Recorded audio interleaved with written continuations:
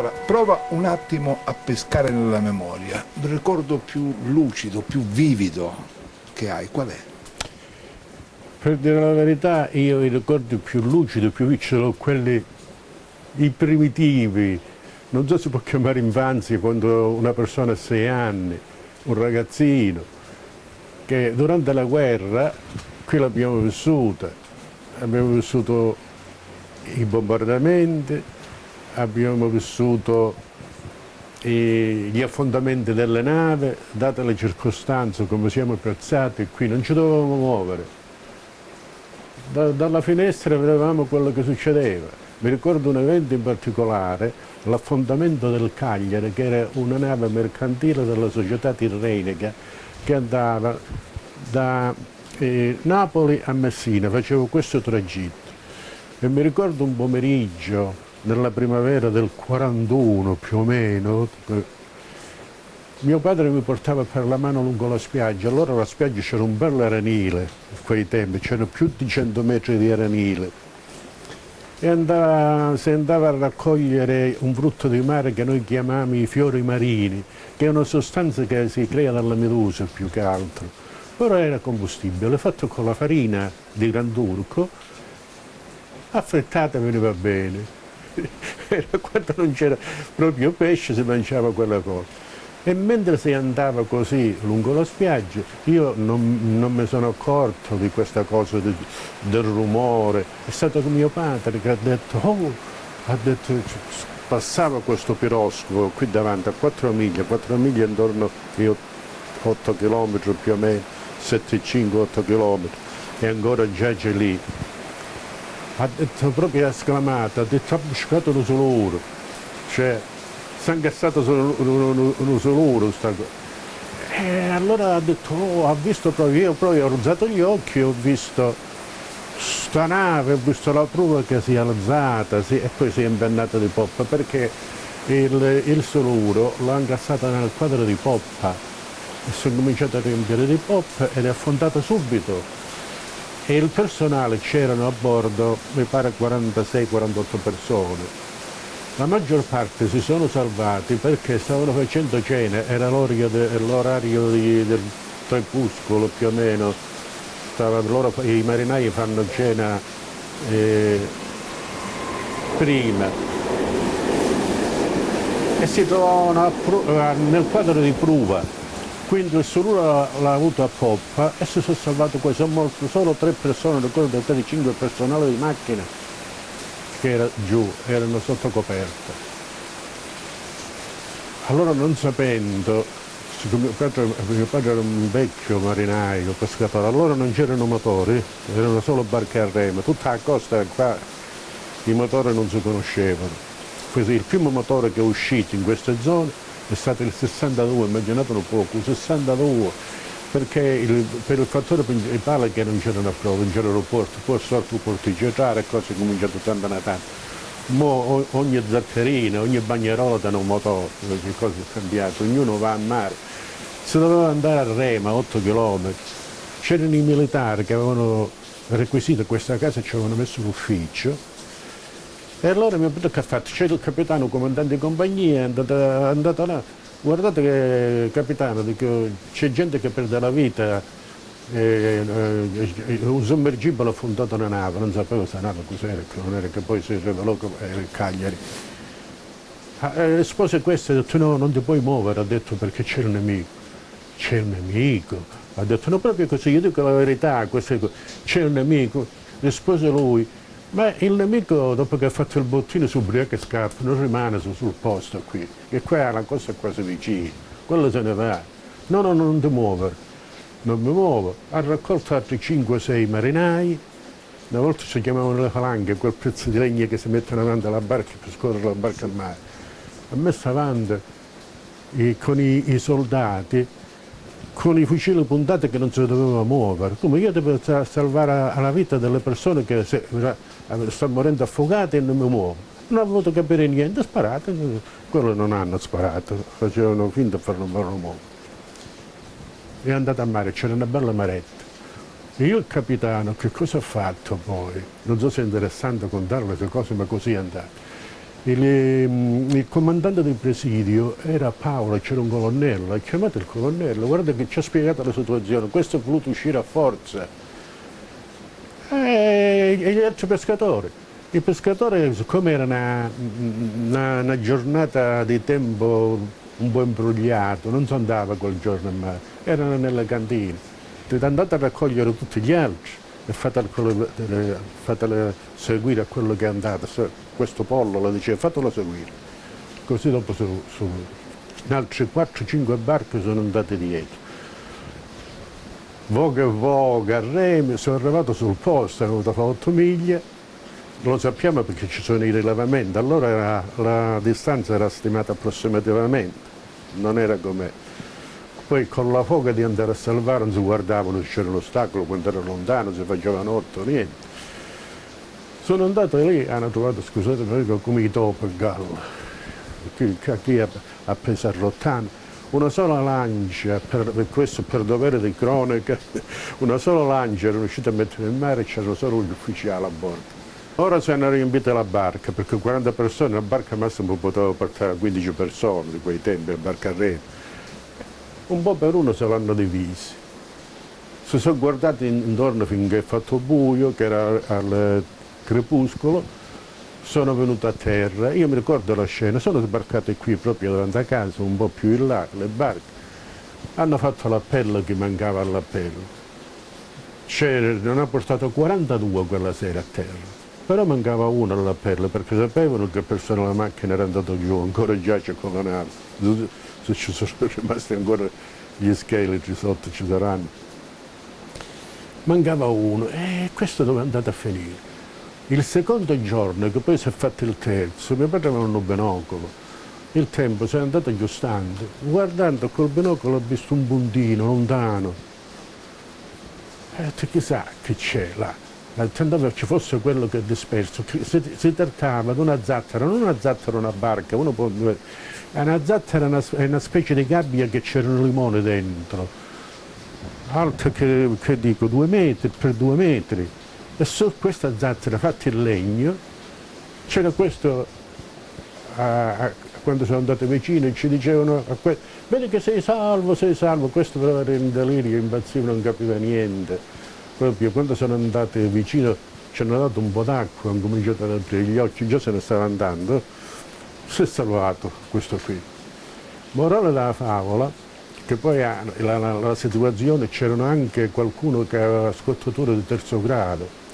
All'epoca l'unico punto per portarlo era Catanzaro e era spogliato perché non poteva tenere il panno addosso, ci voleva un vestito e questo vestito, una volta me lo ricordava lei che un vestito era per tutti gli usi, il vestito di sposo, ci facevano Natale, Capodanno, le feste. Chi è sto degno di tu? Io parto gliel'ho dato. L'unico compenso che ha avuto, ma non è per cosa che questo vestito non l'ho mai più visto, perché poverino poi non so se si è salvato o non si è salvato.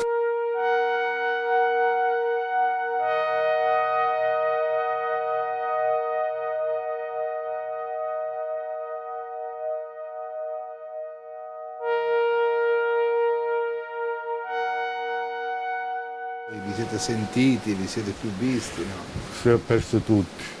È partito, è tornato? Ma ognuno poi se n'è andato, la maggior parte stava bene, se n'è andata, la maggior parte erano campani, era una zona di Napoli, non so, dei paesi, Torre del Greco, Pozzuoli. E non l'hai più rivisto? No. Non avevi mai avuto il desiderio di rincontrarlo? No? Ma erano tempi che non si facevano le cose. Non perché magari avevo bisogno, pensavo che ti dovevano dare una medaglia o qualcosa, c'erano troppe esigenze familiari per portare avanti. Noi eravamo 8 figli, tutto piccolo, si campava col mare, mica non c'erano risorse, pensioni non ce n'erano, pensioni erano esistenti proprio, fin quando uno se la sentiva di lavorare, se aveva figli, quando faceva anziano, qualche figlio lo campava, se non moriva subito a 60 anni già aveva finito, 60, pochi anni aveva finito. Quindi non si andava dietro tutte queste cose, magari avere un elogio, cose, non ci pensava più. Senti, cosa ti ha dato il mare? A me la vita, a me me l'ha tolta e me l'ha data, perché io non saprei vivere lontano dal mare. Guarda, un altro particolare che non c'entra, io ho dei figli a Verona, lavorano lì, fanno la loro professione, stanno bene, ci sono andato anche mia moglie, ma quando passano i 10 giorni io impazzisco, voglio che andare al lago, c'è il lago di Garda che è bellissimo, una cosa, ma se non ho il mare, non... Prima mi ha domandato così spontaneamente, Vai a pesca? vai a pesca? Ma certo, fin quando posso, finché le gambe mi reggono, se no sto male, se non vado a mare sto male. E cos'è per te questo mare? È vita, non lo so spiegare, ma è vita. Non hai mai avuto paura a mare? Ha voglia, paura ha voglia, mi sono trovato con un contemporale incredibile, però sapevo di poterle, diciamo, affrontare, di essere sicuro, di poter mettere alla prova, non so, per qui è una zona molto disastrata dei porti, nemmeno a Cetraro, dico, se devo andare a Vibo col buio, so dove mettere alla prova, anche se non vede niente davanti. Sai, lo senti? No, lo sento, sia che lo sento come fiuto, anche quello. Eh sì, i carteggi poi ci sono, fai la rotta, ti portano, c'hai la bussola, almeno deve avere una bussola a bordo. Sai quanto grado deve andare per trovare Vib? Vib si trova dal lato sud, di qua non puoi andare a nord. Quindi una sicurezza, una certa competenza, una sicurezza ce l'hai.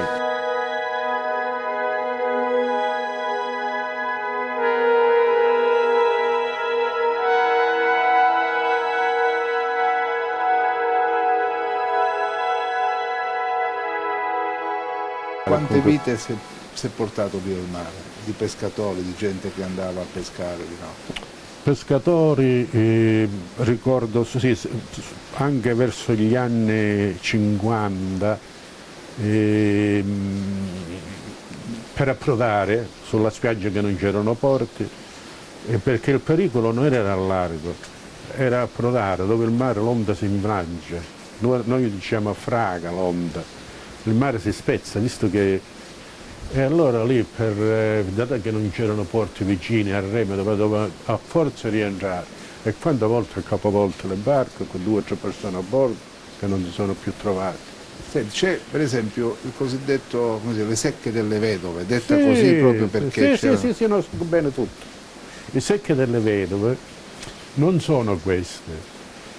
Queste qui, secche delle vedove, derivano da un'altra leggenda, che effettivamente facevano la pesca del corallo e andavano i primi pescatori di corallo nei Torresi, Torre del Greco, e andavano a 50 miglia di distanza, dove ora con le carte nautiche, con la nuova battimetrica, i fondali si leggono perfetto. Ci sono dei vulcani qui a largo da noi che quasi per 50 metri non vengono a galla, montagne che vengono. E i torresi andavano su queste secche che sono a 50 miglia da qua, vale a dire, vedi Strombolo, parallela a Strombolo verso nord, diciamo a direzione di Cetraro, anche qui Buscaldo, queste secche che chiamano delle vedove qui, sono a 12 miglia, più della metà, che ci va tutto Cosenza, tutti i professionisti, mi sono fatti i motoscafi, chiamano secche delle vedove questi qui, che sono zone pescose, anzi erano zone pescose, i pesci si abituano pure, hanno la loro intelligenza, non abboccano tanto facilmente come nei primi tempi. Ma la vera storia delle secche delle vedove, perché secche delle vedove? Perché allora, perché ogni nomignolo c'è il significato, no? Secche delle vedove perché andavano a vela, il motore era la vela, da Torre del Greco, immaginate, andavano a vela qui fuori.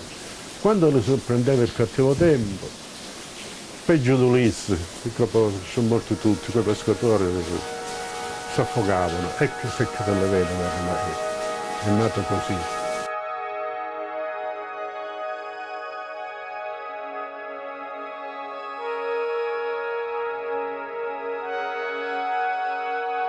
Il mare che hai conosciuto da giovane e il mare che invece incontri oggi alla tua età è lo stesso?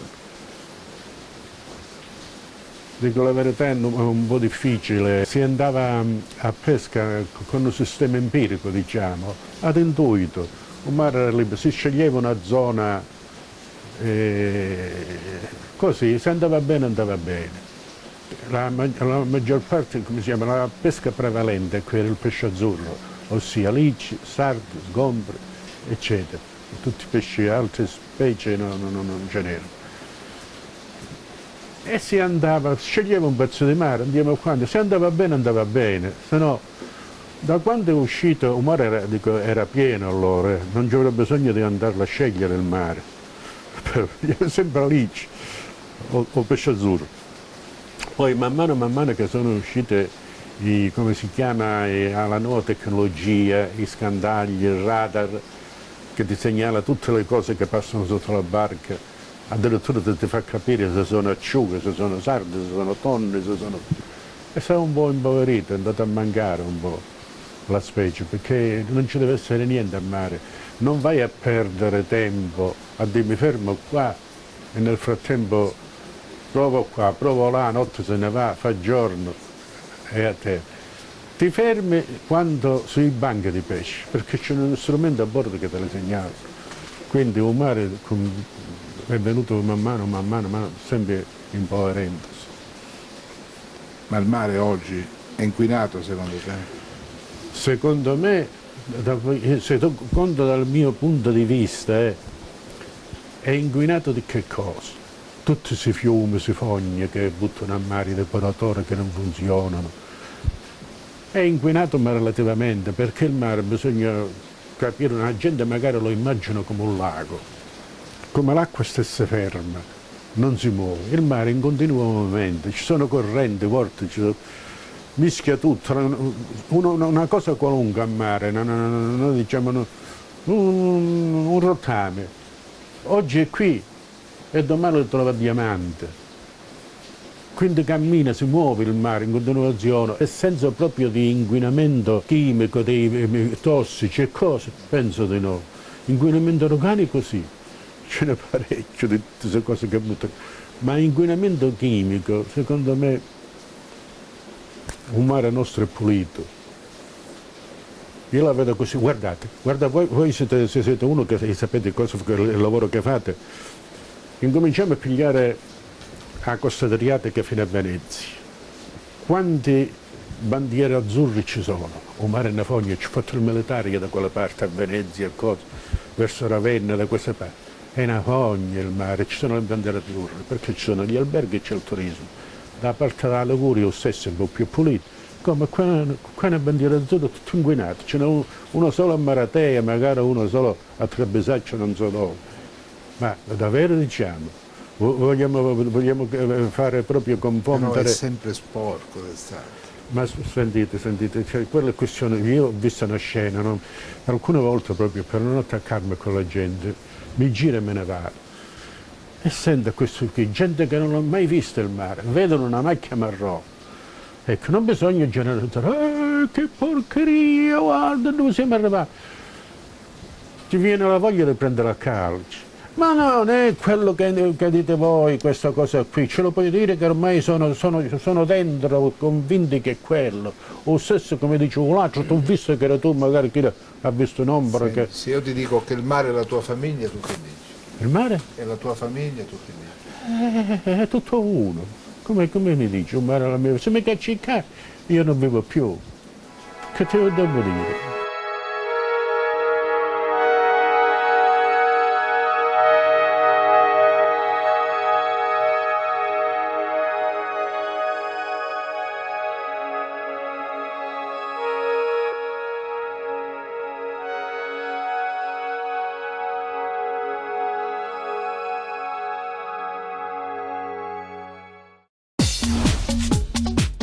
Cerca Teleeuropa sul tuo Play Store o Apple Store e scarica la nostra app.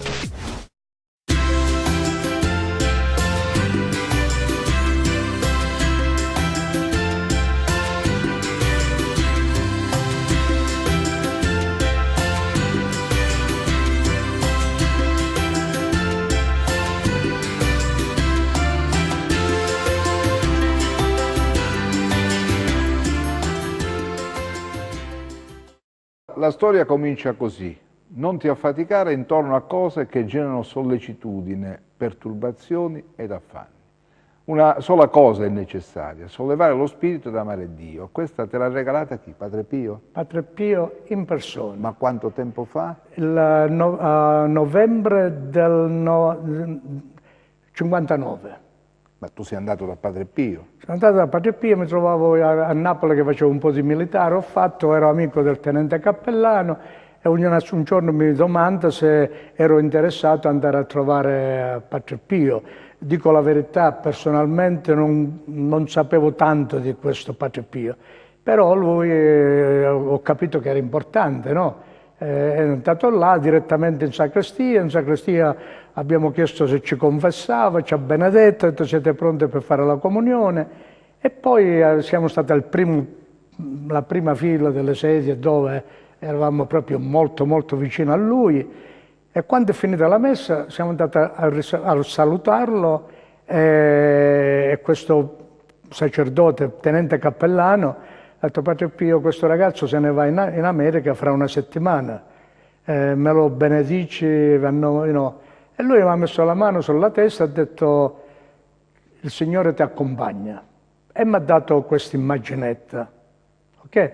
Questa immaginetta ai primi tempi non ci ho fatto tanto importanza, no? Poi l'ho trovata nelle mie fotografie, black and white, dicono in America, e ho cominciato a capire che andando in America di quello che ho saputo realizzare, dico ancora, continuo a dire c'è qualcuno che ti ha aiutato? Che mi spinge a muovermi, o San Francesco di Paola o Padre Pio, non potevo mai immaginare. Sei molto religioso, no? Guarda, io sono religioso, abbiamo fatto Italia Catholic Federation, l'Azione Cattolica, però poi mi sono immischiato con i missionari scalabriniani, che erano quelli che aiutavano a noi emigranti. Cioè, appena siamo andati là, ci hanno accettato, ci hanno portato in chiesa, cominciavamo a fare le festicciuole, ho conosciuto questi qua. E come lavoravano per l'emigrazione, loro erano sempre a fianco a noi e mi sono avvicinato a loro molto, che sono diventato quasi uno di loro. Tu sei arrivato in America? Sono arrivato in America il 24 gennaio del 60. Sono partito da Napoli, dal Capodichino dove io facevo il militare nell'aeronautica.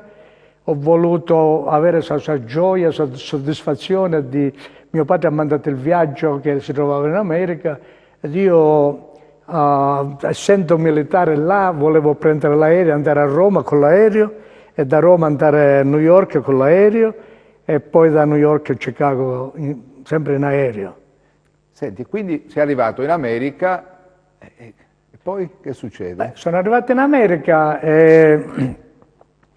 anche pensando che io veramente non ero tanto soddisfatto di dire me ne vado in America. Ma non volevi andare? No, perché non volevo andare, perché pensavo che qua si stava bene. Però dico tu avevi 20 anni, quanti anni avevi? 20 anni? Avevo 24 anni. 24 anni e mezzo. 24 anni. Tu ci dicevo, voglio rimanere in Calabria. Quindi io ho fatto 6 mesi di militare e è uscita una legge in Italia che tutti coloro che avevano genitori all'estero li potevamo andare a raggiungere. Okay? Ma qui io non ho mai conosciuto una lira. Io lavoravo qui a Cosenza, ero apprendista di falegname. Però questo apprendista è rimasto sempre apprendista. Non hai mai fatto passi in avanti? No, perché quando mi sono permesso al mio principale di chiedere, diciamo, la moneta per poter prendere il pullman, perché io viaggiavo in bicicletta. Tu dove abitavi? Da Marano Marchesato. Allora venivo qui a Corso Mazzina, c'era la falegnameria, quindi lo facevo in bicicletta. In bicicletta erano 10 chilometri, le strade ancora con... Tutti i giorni? Tutti i giorni. Le strade ancora non c'era il bitume, c'erano le briccio, le pietre, sì. E quindi era un po'... Quindi sei arrivato in America, non eri contento, Allora però il mio principale, quando ci ho chiesto, mi paghi, ha detto di no, mi puoi dare, no, perché ha detto, ti ha licenziato. io non vado a chiedere l'elemosina a Corso Mazzino perché mi vergogno, e tu hai il coraggio di chiedermi soldi. Insomma, è finita là. Te ne sei andato. E l'ho capito, che non c'era speranze. Vabbè, quindi sei andato e sei partito, sei arrivato in America. In America sono arrivato di domenica il 24 gennaio del 60 e sono arrivato di domenica pomeriggio. E c'era pieno di neve, per lì non ho avuto una grande impressione. L'impatto non ti è piaciuto? Una buona impressione non l'ho avuta. Te ne volevi andare subito? No, non volevo quello perché poi c'era mio padre e mie fratelli, però non mi ha impressionato. Vabbè, poi pian piano col Però a passare New dei York, giorni- quando sono fermato a New York, allora avevo 20 dollari in tasca che me l'aveva dato mio padre e mi sono fermato là, ho visto che vendevano le sigarette, quelle sigarette lunghe, volevo fare subito l'americano, ho comprato un pacchetto di sigarette che non ho mai fumato, però mi sentivo già che ero in America. sì, in Le America. cighe gomma ho comprato, io pagavo coi 20 dollari, loro mi davano 10, 5, poi $1, $2, insomma, e ho cominciato a capire che eravamo in America. E lì l'hai capito subito. E poi hai cominciato a lavorare. Poi è lunedì, quindi sono arrivato di domenica, il secondo giorno. Tuo padre già lavorava, naturalmente. Mio padre lavorava in una fabbrica dove facevano mobile d'ufficio. Ok? Allora questo è il bello questo è il bello. dell'America. E qual è il bello? La differenza, io vengo da Cosenza, dice dopo 15 anni non abbiamo niente da offrirti, ok? Vado là e mi metto a lavorare in questa fabbrica di mobili per ufficio. Il venerdì mi portano l'assegno che mi pagano, là ti pagano ogni settimana. Quindi per te diceva, allora questa è veramente Avevo l'America, già insomma, no? un $90, $95, un assegno per 5 giorni, no? Ma dopo mi dice, dopo una settimana, dice, senti, non te la prendere a mare, era un toscano questo, ma qui perdi tempo, non è il posto per te.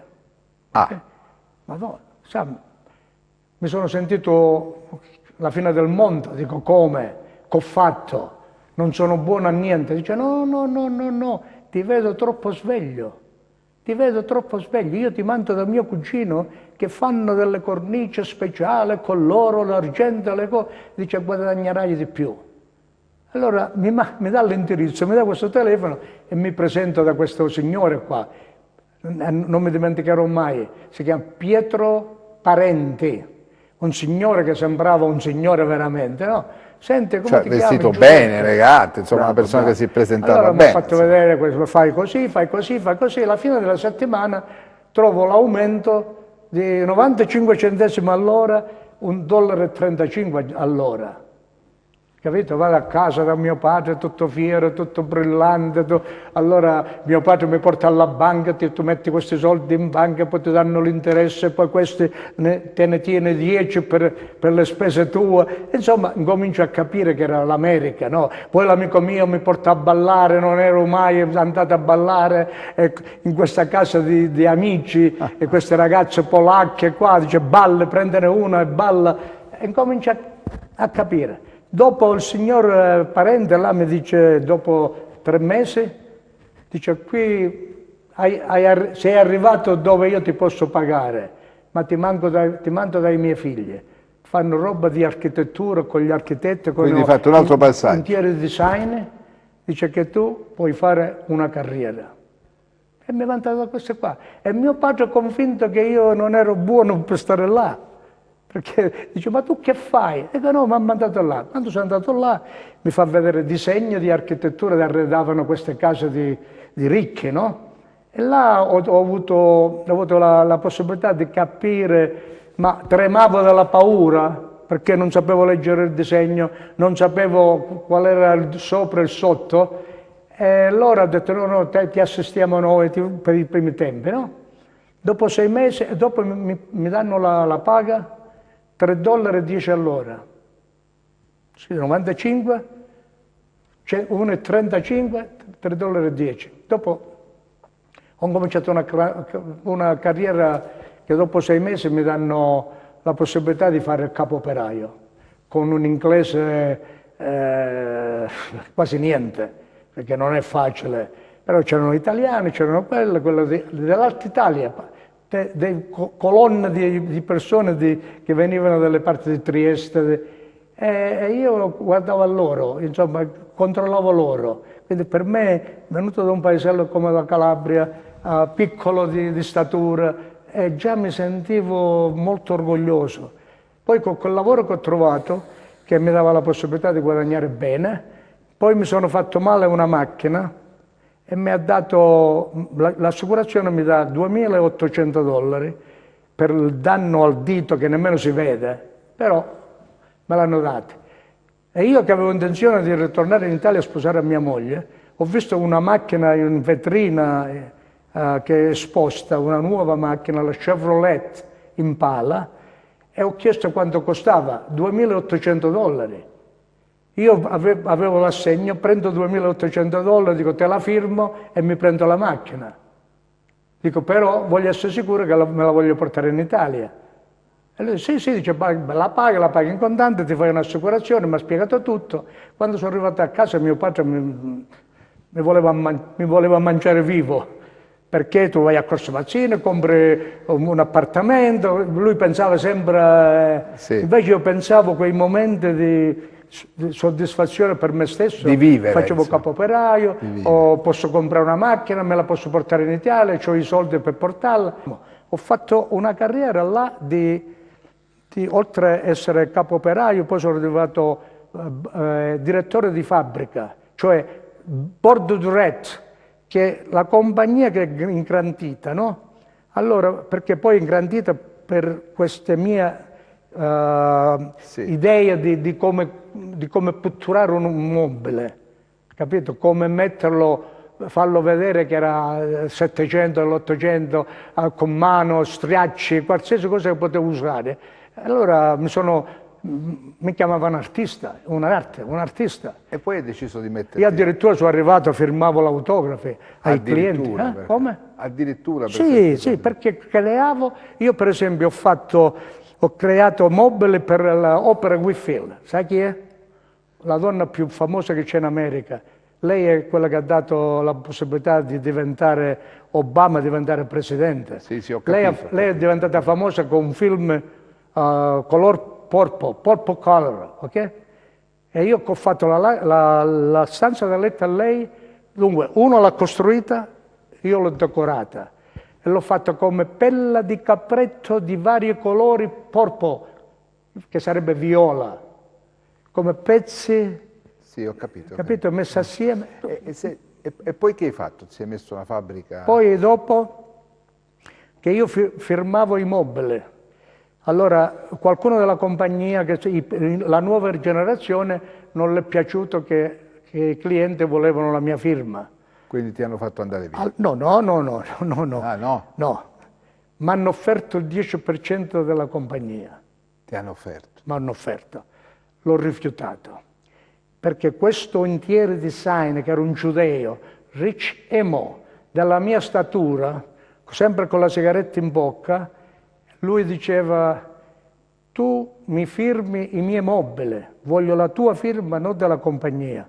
E lui è andato nella compagnia e ha detto: senti, quando io vado in città o in Italia, a Torino, a Milano, a Venezia, dove compro un dipinto, tu me lo firmi? Io guardo chi l'ha fatto.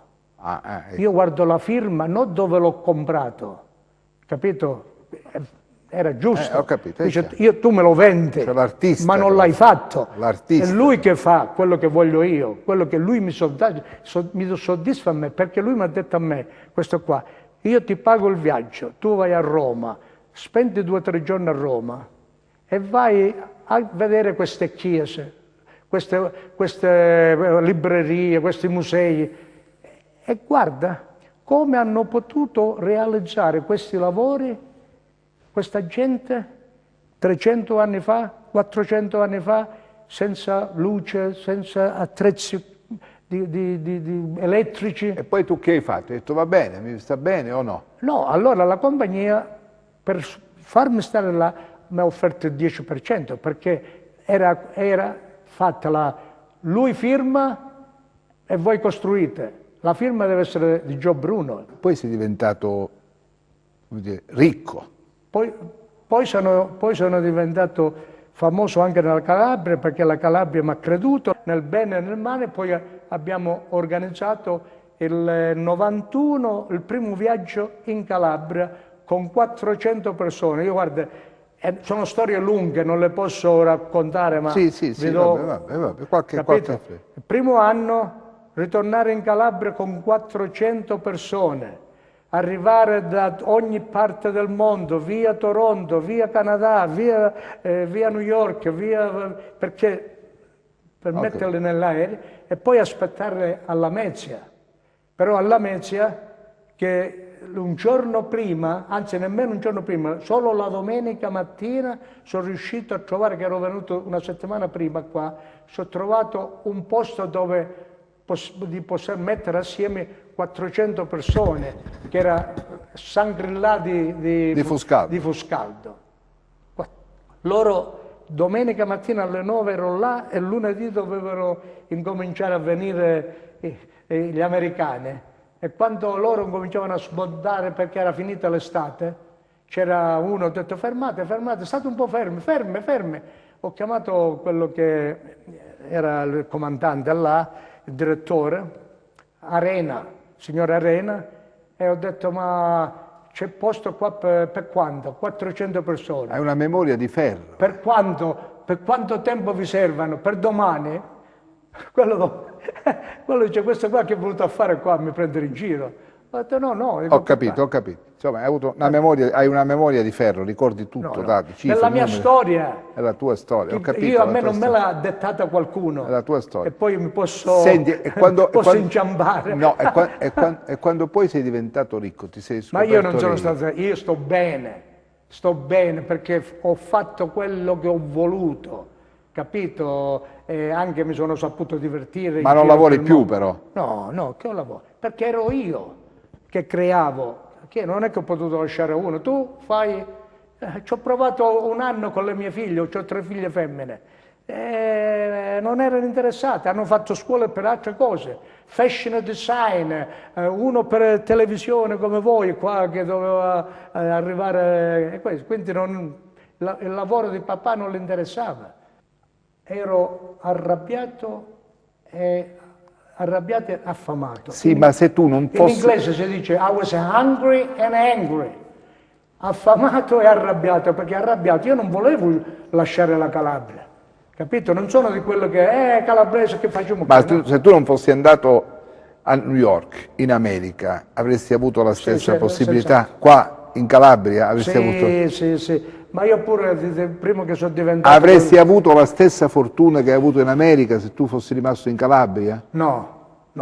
A 25 anni non mi hanno mai pagato. C'ho chiesto una volta per pagare un pullman e dice, c'era qualcuno che mi poteva sposare a me. Senti, e cosa dici? Dice, chi sei? Quanto guadagni? E oggi cosa dici ai giovani che lasciano la Calabria per andare da... Prima di tutto dico a loro, perché c'ho tante, anche all'università ho raccontato un po' questa storia, prima di tutto di essere orgogliosi della propria origine, perché meglio di me non c'è nessuno e io non sono meglio di nessuno. Però se il mio paesello è quello che è, a quei tempi era così la vita, dopo la guerra, non abbiamo potuto fare niente. Mio padre ha fatto il massimo. Però mio padre a 48 anni ha detto vado in America, avevo avuto la possibilità di andare in America, c'era una sorella per aprire la porta ai miei figli. Ok? In America, e qui era così, era figlio di un carpentiere. Tu chi sei? Quale scuola hai fatto? Perché allora basta che uno andava 2 anni alle scuole medie, allora diceva già professore, lo chiamavamo già professore, perché andava a scuola. Quindi, quello poteva parlare nell'azione cattolica, con i preti, io non potevo dire niente, che ero io? Nessuno. Chi ero io là in America? Vengo da un paesello della Calabria, di entrare in tutti questi ambienti di lusso, super lusso. Quando sono andato a vedere questa opera Whitfield, nel centro della città, avevo un appuntamento alle 10, ok? Ho ritardato 5 minuti solo. Loro ha chiamato e c'è Mr. Bruno, ok? E lui, questo qua, ha chiamato, dice l'ascensore è là. Allora c'era un ascensore di Divi, che era a dietro di me. E dico, perché? Che fa male questo ascensore, devo andare là. Sì, devo andare là. Sa chi sono io? Gio Bruno. Sa chi è Gio Bruno? No. Allora chiama sopra e dice si rifiuta di prendere quell'ascensore. Me l'ho levate tutte le soddisfazioni, tutte, perché io non ci andavo se non andavo con quell'ascensore. Che differenza fa? Per me faceva la differenza, Senti, perché io ero uno di loro. Perciò dico, quando mi rivolgo a Padre Pio, a San Francesco, dico non lo so, c'è qualcuno che mi... sempre mi ha spinto. Senti, non ho avuto quella paura di dire chissà e che succede. Poi sei diventato ricchissimo. Poi l'82, quando io ho cominciato questo, dopo 3 o 4 mesi, volevo far conoscere la Calabria. Avevo una grande gioia e una gelosia e una rabbia, insomma tutte assieme. Non riuscivo a capire perché non si parlava mai della Calabria. Ci sono i siciliani, ci sono i pugliesi, ci sono i veneti, ci sono i romani, quindi i calabresi si confondevano. Sicilia con la Calabria e Sicilia. Quindi avevo questo padre Roberto, che era un grande amico mio, era un scalabriniano, un sacerdote scalabriniano. Ma fai una festa, la facciamo, io ti aiuto. E poi hai fatto la festa di San Francesco. E poi hai fatto... Ma io pensavo, ma che festa? Mettiamo Gio Bruno, il compleanno di Gio Bruno. No.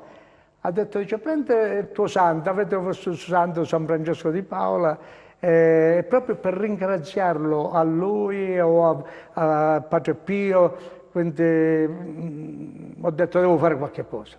Avevo rabbia e ero triste sapere che noi calabresi là non potevamo essere, e non avevamo niente. Ho chiamato uno, ho detto vogliamo fare questo, ma che devi fare, Quell'uomo là mi ha dato la spintarella. Dice, allora devo fare. No, devo farlo, proprio per quello. E l'hai fatto. Proprio quello. Allora, l'8-7 novembre abbiamo fatto una messa in onore di San Francesco di Paola. Quindi io mi sono messo ad aprile dell'82, poi a settembre, anche per dire grazie a qualcuno di avermi mi ha dato quello che mi ha dato, no? E poi quella chiesa là c'erano 700 persone. Abbiamo fatto un po' di pubblicità, c'erano le radio italiane, no?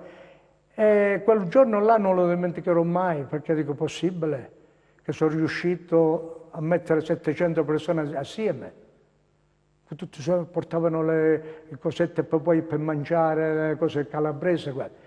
Poi il secondo anno abbiamo pensato di farlo fuori, ok?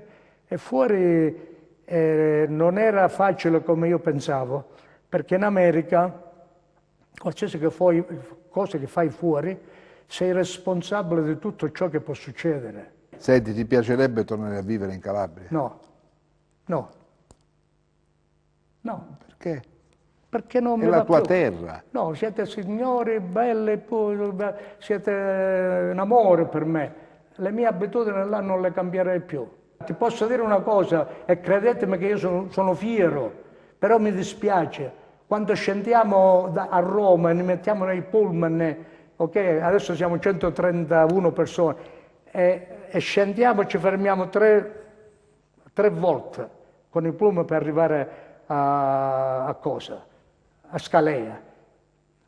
Come vede la differenza? Vicino a Roma c'è una qualità, poi scendi giù, c'è un'altra verso Napoli, poi quando arrivi nel territorio calabrese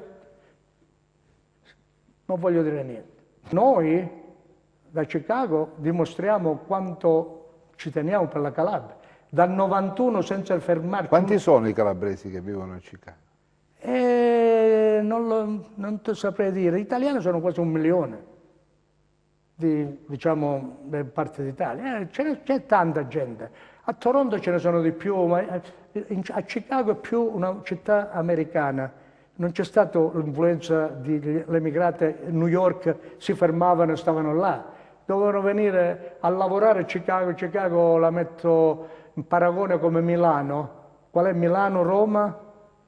Qual è la città più importante? Ci sono due. Chicago per lavoro, per esempio adesso ancora oggi? Sì, adesso c'è un McDonald's, è la sede centrale vicino a casa mia, dove è incominciato un McDonald's, no?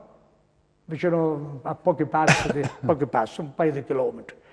E adesso hanno messo proprio al centro della città, hanno costruito un impero che dirige tutto il mondo dove è un McDonald's. Abbiamo due clienti con noi, uno ha 26 McDonald's e un altro è un direttore generale degli Stati Uniti che va a controllare un McDonald's. E la mia compagnia dove io ho cominciato ha lavorato in quel nuovo posto solo di legno, 35 milioni di dollari. Senti, Prego. Quando sei a Chicago ti manca il tuo paesello? No, perché col telefono chiama tutti, mi chiamano tutti, come stai, sei andato dal dottore, eppure io, e ti hanno trovato questo? No, oggi come oggi, guarda, dobbiamo ringraziare questo mondo dove siamo adesso, perché con questi mezzi ti vedi, non ti vedi. Allora, mia moglie alle 5 parla con la sorella a Catanzaro Marito, ti vedo, dove sei? Alla spiaggia, io ti faccio vedere la neve. No, dobbiamo essere grati a quello che oggi abbiamo. Poi, qual è il motto di Gio Bruno? Sempre avanti. Abbiamo saltato la parte più bella, l'interessamento che ho a addobbare la casa mia a Natale. È un capolavoro dei capolavori che ci vogliono mesi interi per aggiustarla. Quanto costa addobbare? Oh, non ne parliamo più. Quanto spendi? Non lo posso dire che poi si pensa... Guarda, costa quel che costa e sai, è qualche cosa che mi dà tanta gioia. Lo sai perché? Perché tutto il mondo la vede, tutta la città di Chicago la vede e per un mese le macchine camminano, qualcuno abbussa alla porta, Mr. Bruno, una bottiglia di champagne per augurio perché ci fai vedere questo spettacolo. Tutti conquista un canto vien dal cielo lento e con la neve dona a noi un Natale pieno d'amore, un Natale